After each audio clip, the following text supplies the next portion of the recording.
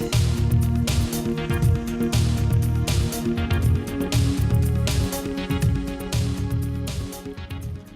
to start a test, we go into the Scan button. You have options on how you'd like to view your information. Let's quickly go to the data screen. Here, as you can see, we have the channel numbers, the readings, and the timestamp of the data is being taken. We can go to the statistics portion and view the various statistics that are being recorded on these channels. Here we have the average, the maximum,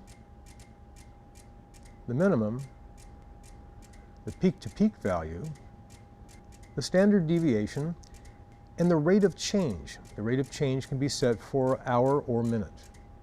We also have a graph view that we're able to see with the 2638. So by pressing graph, we have a graph selection of the active channels. We can graph up to 4 channels of any of the active channels in the system. So let's select channel 1, channel 2, 3, and 4.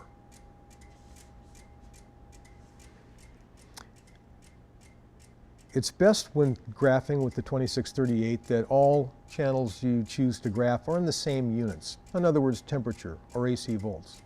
We're able to go in on this graph and do manual scaling.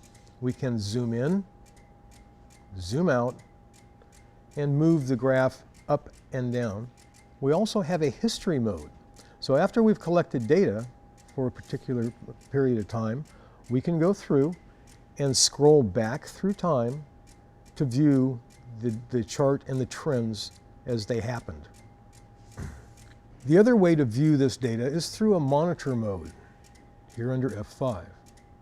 In the monitor mode, you view the individual value for the channel on any one channel at a time. You can also view immediately the statistics on that channel, including rate of change, peak to peak, and others, the standard deviation, for example.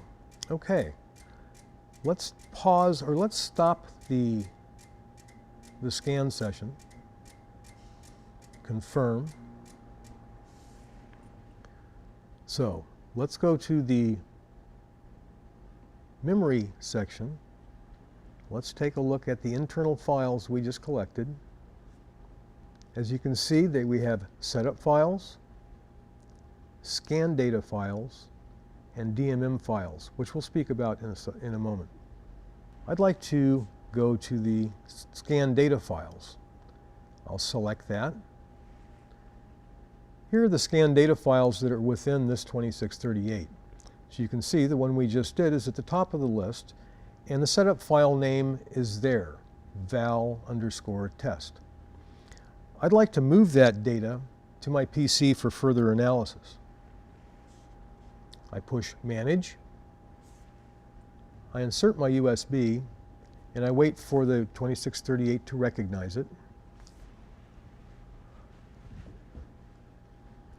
And I simply copy to the USB. I can choose a different name or keep the same file name we have now. Push Save, and we'll copy it to the USB. It says copy is complete. At this point, I remove my USB and take that to my PC for analysis.